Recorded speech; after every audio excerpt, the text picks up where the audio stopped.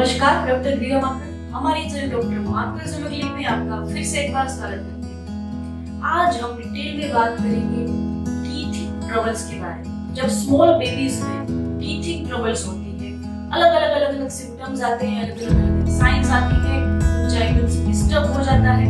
ये क्या है, एग्जैक्टली क्या होता है, क्यों इतना पेन होता है, क्यों अलग अलग सिम्टम्स आते हैं, और उसमें होम्योपैथी क्यों द बेस्ट मेडिसिन थेरेपी साबित होती है। बहुत सारी मेडिसिन होम्योपैथी में natural safe mode of treatment बनी हुई है और वो आप अपने बच्चे के ट्रीटमेंट के लिए यूज कर सकते हो। तो वो मेडिसिन कौन सी है, ये बारे में हम इस वीडियो में बात करेंगे। तो एंड तक देखिएगा, आपके लिए ये वीडियो बहुत ही इंपॉर्टेंट साबित होगा। तो शुरू करते हैं। फर्स्ट ऑफ ऑल, टीथिंग जो फेज होता है बच्चों में, स्मॉल बेबीज में, वो 3 महीने से लेके 1.5 साल तक या तो 2-3 साल तक चलता है। हर कोई बच्चे में अलग अलग समयांतर पे टीथिंग हो सकता है शुरू। किसी बच्चों को एकदम अर्ली हो सकता है, कई बेबीज को 1 साल के बाद भी टीथिंग शुरू हो सकता है, ऐसा होता है। हर बच्चों में ये पीरियड एकदम से वेरी करता है। और खास करके टीथिंग प्रोसेस जब होती है तब क्या होता है, तो अंदर से जब जड़ों में से कोई एक टूथ इरप्ट होता है, वो बहुत ही पेनफुल प्रोसेस होती है बेबीज के लिए। उससे एडजस्ट करना एकदम आसान नहीं है, बहुत ही पेन्स होते हैं। वहां पे जो मसूड़े हैं, गम्स है, वो स्वॉलन हो जाते हैं और इसके कारण और पेन के कारण बच्चा एकदम से रोता रहता है, इरिटेबल हो जाता है। और वहां पे जो बिकॉज ऑफ द सर्कुलेशन, जो वहां पे because of the teaching process circulation थोड़ा ज्यादा होता है, इसलिए वहां पे कभी बार बार कुछ न कुछ वहां पे एकदम से टच करने का उसको मन होते हैं बच्चे को। इसलिए कुछ न कुछ चीजें जो भी आता है वो मुंह में डालता है, अपनी उंगलियों को मुंह में डालता है। इसके कारण सलाइवेशन जो एक अधिक हो गया होता है because of the congestion, high and venous circulation. और उसके कारण कंजेशन के कारण उस वहां पे से अलग अलग सिम्टम्स आते हैं, बच्चे को कुछ न कुछ मुंह में डालने की आवश्यकता बढ़ जाती है, इसलिए वो सारी प्रोसेस होती है। तो ये सारे सिम्टम्स हैं टीथिंग प्रोसेस जब शुरू होती है। और मन से भी बच्चा एकदम से इरिटेबल हो जाता है और कुछ ना कुछ रोता रहता है। उसकी एपेटाइट लो हो जाती है, उसका एपेटाइट या तो खाने का तरीका बदल जाता है, कभी कभार वो बहुत ही कम खाता है, पूरा चेंज आ जाता है। इस फेज में बच्चे के अंदर बहुत सारे फेरफार होते हैं, मन में भी और शरीर में भी। तो ये सारे जो हमने बताए सिम्टम्स, वो टीथिंग एज में जो बच्चा होता है उसमें काफी सामान्य ही देखने को मिलते हैं। और हमारे पास बहुत सारे पेशेंट्स आते हैं जो टीथिंग के कारण जो समस्याएं होती है उसके लिए मेडिसिन लेने के लिए बहुत सारे पेरेंट्स आते हैं। और होम्योपैथी में बहुत सारी ऐसी मेडिसिन है जो आपके बच्चे को जल्द ही आराम दे देगी। और खास करके ये एक बड़ा सा मिथ है कि बच्चा अगर टीथिंग प्रोसेस में है तो उसके कारण उसे डायरिया होता है, बट ऐसा नहीं है। ये बहुत ही बड़ा मिथ है, मैं आपको खास बता दूं। एक्चुअली क्या होता है कि जब बच्चा कुछ न कुछ चीजें जब मुंह में डालता है, बिकॉज ऑफ द कंजेशन, वो कहीं ना कहीं कोई ना कोई चीजों को मुंह में डालने की वो रखता है मन में, और जो कुछ भी हाथ में है उसे मुंह में डाल देता है।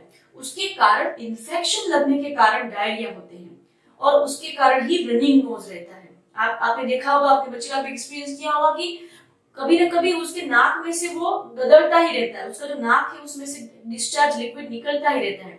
कभी कभार फीवरिश भी होता है, फीवर भी होता है, और मेनली टीथिंग ट्रबल में मेनली डायरिया होते हैं। एकदम से ग्रीनिश, चिकना और सेमी सॉलिड या तो लिक्विड अमाउंट में रहता है खासा, और एकदम से ज्यादा होता है अमाउंट में भी। तो इस तरीके से डायरिया हो जाना वो भी एक मेन सिम्टम है। तो ये सारा जो फेज है टीथिंग का, उसमें होम्योपैथिक मेडिसिन बहुत ही अच्छी साबित होती है। कभी कभार टीथिंग डिलेड होता है, उसके लिए भी होम्योपैथी में बहुत सारी मेडिसिन से अच्छी जो आप देने के कारण बहुत ही इजीली टीथिंग ट्रबल हुए बिना टीथिंग प्रोसेस एस्टैब्लिश हो जाती है और बच्चे को कोई तकलीफ भी नहीं होती। तो मेडिसिन कौन कौन सी उसके बारे में बात करते हैं। First and foremost is chamomilla, बहुत ही अच्छी मेडिसिन है। जब बच्चा इरिटेबल हो जाता है, उनको ग्रीनिश डायरिया रहता है, एकदम से रोता रहता है, रात को सोता नहीं है, ये सारे सिम्टम्स, और रनिंग नोज है। और खास करके कैमोमिला तब दी जाती है जब बच्चे में इरिटेशन बहुत ही प्रोमिनेंटली मार्क्ड होता है। पेरेंट्स आके हमें फरियाद करते हैं कि ये जब भी उठाते हैं तभी रहता है, अदरवाइज रहता ही नहीं है, किसी और के पास जाता ही नहीं है, और पूरा दिन रोता रहता है और बच्चा कुछ भी नहीं खाता है।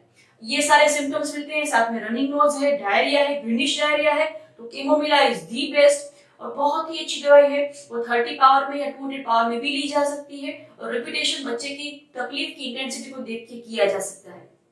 तो ये बात हुई कैमोमिला की। उसके साथ साथ एक मेडिसिन है सीना करके, वो भी इरिटेबल बच्चे के लिए बहुत ही इंपॉर्टेंट मेडिसिन है। सारे टीथिंग ट्रबल्स के जो लक्षण हमने बताए वो सारे अवेलेबल रहते हैं और बच्चा हाईली इरिटेबल होता है, तब सीना दी जाती है। उसके साथ साथ सब सिम्टम्स देखने पड़ते हैं, बट सीना is the again wonderful medicine for teething troubles in small babies. उसके अलावा बहुत सारी मेडिसिन है और खास के पोटोफाइलम, जब डायरिया प्रोमिनेंट होते हैं, बहुत सारा अमाउंट मींस बहुत सारा स्टूल पास होता है, लिक्विड क्वांटिटी में पास होता है और बहुत हाई क्वांटिटी में पास होता है, तब ये पोडोफाइलम बहुत ही अच्छी मेडिसिन है। अगर समर में डायरिया होता है तब भी ये पोडोफाइलम दवाई दी जाती है। तो पोडोफाइलम टीथिंग ट्रबल्स जब डायरिया के साथ लेके हमारे पास पेशेंट आते हैं तो हम पोडोफाइलम देते हैं, बहुत ही अच्छी मेडिसिन है इसके लिए। इसके अलावा कैल्शियम सप्लीमेंटेशन भी बहुत ही जरूरी रहता है इस बच्चे में। ये कैल्शियम ही तो बोन्स और ये टीथिंग में भी जो ऐसे इस तरह से टीथिंग प्रोसेस के लिए भी कैल्शियम बहुत ही आवश्यक है। बोन के डेवलपमेंट के लिए भी, वॉकिंग के डेवलपमेंट के लिए भी, टीथिंग के लिए भी, सब में कैल्शियम की आवश्यकता ज्यादा रहती है। तो कैल्शियम फास्फोरस करके कैलकेरिया फॉस 6x पावर में जो टैबलेट्स आती है, बायोकेमिक है, वो भी दी जाती है। अगर टीथिंग प्रोसेस डिलेड है तब भी ये मेडिसिन दी जा सकती है। तो ये सारी मेडिसिन हो गई। और हाँ, एक और मेडिसिन, जब स्वॉलन गम्स ज्यादा है, जब बच्चे में बहुत ही बच्चा चिड़चिड़ा रहता है पर हम चेक करते हैं तो मिलता है कि बच्चे में जो गम्स जो है बहुत ही स्वॉलन रहते हैं हर दिन, और उसके कारण उसको ट्रबल्स होती है और उसके मुंह में से भी थोड़ी बहुत स्मेल आती है और अलग अलग प्रकार के सलाइवेशन वाले सिम्टम्स भी ज्यादा हो रहे हैं। तो इस अगर ऐसी कंडीशन है तो merc salt is again the best medicine जो दी जाती है। तो ये सारी मेडिसिन हो गई टीथिंग ट्रबल्स के बारे में। Let me tell you, homeopathy ही, अगर ये टीथिंग ट्रबल में आपका बच्चा है तो होम्योपैथी ही एक बहुत ही नेचुरल सेफेस्ट सॉल्यूशन है। इसमें ऐसा नहीं है कि आपको अगर बच्चे को रनिंग नोज है तो एक दवाई, उसको पेन ना हो इसलिए दूसरी दवाई, टीथ के लिए उसको ट्रबल ना हो इसलिए तीसरी दवाई, डायरिया की चौथी दवाई, इस तरीके से मेडिसिन नहीं होती। होम्योपैथी की मेडिसिन जो हम देते हैं सही समझ के देते हैं, वो मेडिसिन आपके बच्चे को जो टीथिंग ट्रबल्स में जो भी लक्षण आ रहे हैं उसके लिए, हर एक लक्षण के लिए आवश्यक मेडिसिन साबित होती है और एकदम नेचुरल है, सेफेस्ट है। बच्चा आपका मुंह में से बाहर भी नहीं निकाल देगा, उसको कड़वी भी नहीं लगेगी।